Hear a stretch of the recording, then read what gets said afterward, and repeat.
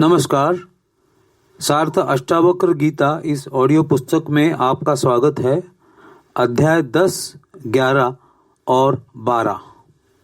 अष्टावक्र उवाच विहाय वैरिणं काममर्थं चानर्थ संकुलं धर्ममपि तयोर्हेतुं सर्वत्र अनादरं कुरु। अष्टावक्र ने कहा, दुश्मन रूप काम और अनर्थ से भरे अर्थ का त्याग करो और उन दोनों के कारण रूप धर्म का भी त्याग करके तुम सब की उपेक्षा करो। स्वप्नेन इंद्रजालवत् पश्य दिनानि त्रीणि पंचवा मित्र क्षेत्र धनागार दारादायादि संपदा। मित्र, खेतीबाड़ी, धन, घर, स्त्री, भाई बंद इत्यादि सर्व संपत्ति को तुम स्वप्नवत या इंद्रजालवत समझो, क्योंकि वह सिर्फ कुछ दिनों के ही साथी होते हैं। यत्र तत्र भवेत् तृष्णा संसारम विद्धि तत्र वै प्रौढ़ वैराग्यम आश्रित्य वीततृष्णः सुखी भव। जहाँ जहाँ वासना निर्माण होती है वहाँ वहाँ संसार है, यह समझ लो। परिपक्व वैराग्य का आधार लेकर तृष्णा वासना रहित हो जाओ। तृष्णा मात्रात्मको बंधस्तन्नाशो मोक्ष उच्यते भवा संसक्ति मात्रेण प्राप्ति तुष्टिर्मुहुर्मुहुः। तृष्णा यही बंधन है और उसका नाश ही मोक्ष है। संसार में असंग होने से ही निरंतर आत्मा की प्राप्ति और तुष्टि होती है। त्वमेक चेतन शुद्धो जड़म विस्मत्सत्तथा अविद्यापि न किंचित सा का बुभुत्सा तथापि ते।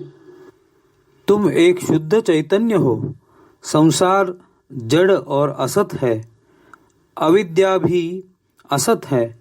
इतना जानने पर और कुछ जानने की क्या जरूरी है।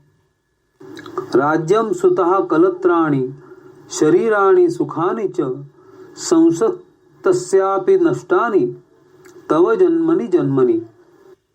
तुम्हारा राज्य, पुत्र पौत्र, शरीर और सुख जन्म जन्म से नष्ट होते आए हैं, फिर भी तुम उनके आसक्त हुए हो। अलमर्थेन कामेन सुकृतेनापि कर्मणा एभ्यः संसार कांतारे न विश्रांतम भून्मनः। अर्थ, काम, पुण्य कर्म भी तुमने कई कर लिए हैं, फिर भी संसार रूपी जंगल में मन को शांति न मिल सकी। अब तो शांत हो जाओ और सिर्फ एक साक्षी बन जाओ। कृतम न कति जन्मानि कायेन मनसा गिरा दुःखमायासदं कर्म तदद्यापि परम्यताम्। कितने ही जन्म तुमने शरीर से, मन से और वाणी से श्रमपूर्ण और दुखपूर्ण कर्म किए हैं, फिर भी उत्पात रूपी संसार में मन को थोड़ा भी विश्राम काल नहीं मिला। तो अब तो साक्षी बन जाओ, कर्ता मत बनो। यहाँ अध्याय 10वां खत्म होता है। अब अध्याय 11वां। अष्टावक्र उवाच भावा भाव विकाराश्च स्वभावादिति निश्चयी निर्विकारो गतक्लेशा सुखे नैवोपशाम्यति। अष्टावक्र ने कहा, हे जनक, किसी चीज का अभाव या उसकी प्राप्ति स्वभावतः होते हैं। यह जानकर उनकी तरफ साक्षी वृत्ति से देखने वाला विकार और क्लेश रहित हुआ पुरुष ही सुख से शांत रहता है। ईश्वरः सर्वनिर्माता नेहान्य इति निश्चयी अंतर्गलित सर्वाशः शांतः कापि न वसज्जते। सब कुछ निर्माण करने वाला इस जगत में केवल ईश्वर ही है। यह सब उसी की लीला है। ऐसे निश्चय पूर्वक जानकर जो आशा रहित होकर सब कुछ प्रभु कृपा जानकर स्वीकार करता है, वह किसी भी चीज में आसक्त हुए बिना शांत भाव से जीता है।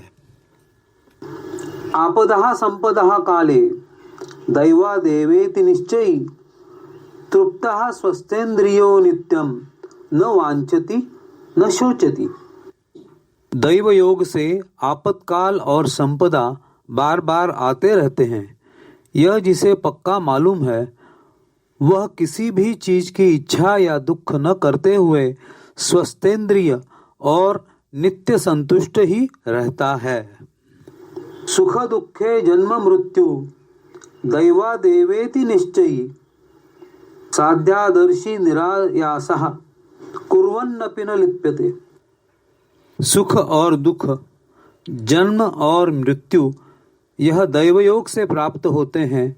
यह निश्चय पूर्वक जानने वाला पुरुष सहज प्राप्त कर्मों का बोझा पेलते हुए वह करता रहता है, लेकिन किसी में भी आसक्त नहीं होता। चिंतया जायते दुखम नान्यथेहेति निश्चयी तया हीनः सुखी शांतः सर्वत्र गलित स्पृहः। चिंता करने से ही संसार दुख का निर्माण होता है। यह जिससे पूरा मालूम हो गया है, उसे किसी भी चीज की इच्छा नहीं रहती और वह चिंता मुक्त, सुखी तथा शांत होता है। नाहम देहो न मे देहो बोधोहमिति निश्चयो कैवल्यमिव संप्राप्तो न स्मृत्य कृतम कुतम। मैं शरीर नहीं हूँ, यह देह मेरा नहीं है। मैं ज्ञान रूप, बोध रूप साक्षी हूँ।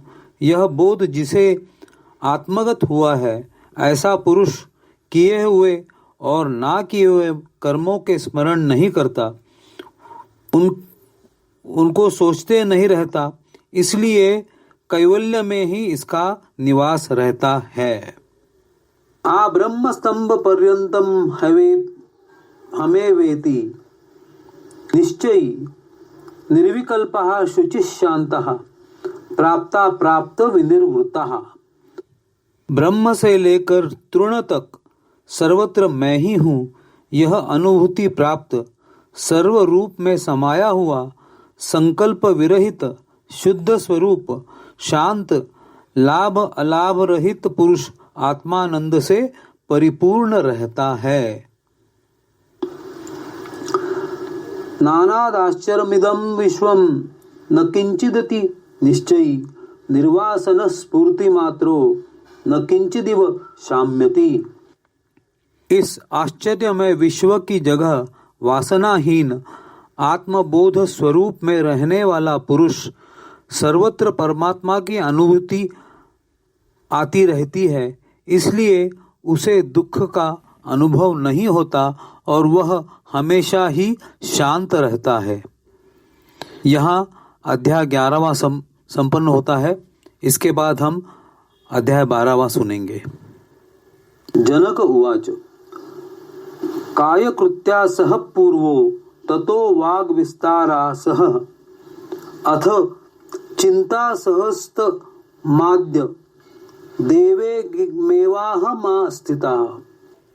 जनक बोले, हे गुरुदेव, मैं सर्व शारीरिक कर्मों का त्याग कर, जप पाठ आदि वाणी के कर्मों का त्याग कर और मन में आने वाले विचारों का त्याग कर साक्षी भाव में रहने लगा हूँ और आत्मस्वरूप में लीन हो गया हूँ। प्रत्यभावेन शब्दादेर अदृश्यत्वेन चात्मनः विक्षेपैकार्ग हृदय एवमेवाह मास्थिता। जो अदृश्य है, ऐसा आत्मा ध्यान का विषय ना हो सकते हुए भी शब्द, विचार रूप इनकी आदतों से इन सब द्वारा ध्यान की क्रिया करना, यही विक्षेप बाधा है। इसलिए ध्यान क्रिया ना करते हुए भी मैं स्वरूप में स्थिर रहता हूँ। समाध्यासादि विक्षिप्तो व्यवहारः समाधये एवं विलोक्य नियमम एवमाह स्थितः। जड़ समाधि पाने के लिए मन द्वारा संकल्प और बाकी योग क्रिया करना, यही नियम अभ्यास है और मन के व्यापार की सहज समाधि को जरूरत नहीं होती। इसीलिए इस समाधि बिना ही मैं सतत आत्मानंद में रहता हूँ। हेय पादे अविरहादेवम हर्ष विषादयो अभावाद्गद्य हे ब्रह्मन एवमेवाहम स्थिता। हे प्रभु, लेने लायक अथवा छोड़ने लायक चीजों का अभाव होने से अर्थात आत्मज्ञान प्राप्त हो जाने से मुझे लेने या छोड़ने लायक कुछ भी बाकी रहा नहीं है। इसी वजह से हर्ष और विषाद भी नष्ट हुए हैं और मैं स्वरूप में ही स्थिर हो गया हूँ। आश्रमानाश्रमम ध्यानम चित्त स्वीकृत वर्जनम विकल्पम मम वीक्षितैर एवं अहमास्थितः। आश्रम धर्म और उसके फल, त्यागी सन्यासी के अनाश्रमी का दंड धारणा आदि धर्म और योगी के धारणा ध्यान आदि धर्म, इनसे मैं पूर्ण विरहित हूँ। इन सब का मैं केवल एक चिद्रूप साक्षी हूँ। कर्मानुष्ठानम अज्ञानाद्य थैवो परमस्ततः बुद्ध्वा सम्यगिदं तत्वमेवं अहमास्थितः। कामना रख के कर्म का अनुष्ठान करना या कामना पूर्ति नहीं होगी यह जान उसका त्याग करना, यह सब अज्ञान की वजह से होता है। यह जानकर मैं कर्म करने या उसे त्यागने की इच्छा नहीं करता हूँ और खुद के ही नित्यानंद स्वरूप में स्थिर रहता हूँ।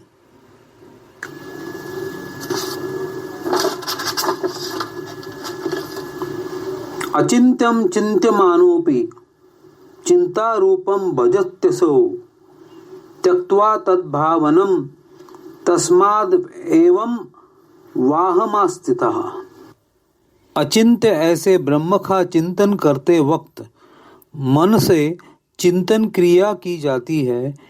इसलिए मन की इस क्रिया का त्याग, विचारों का त्याग करके मैं स्वभाव में स्थिर रहता हूँ।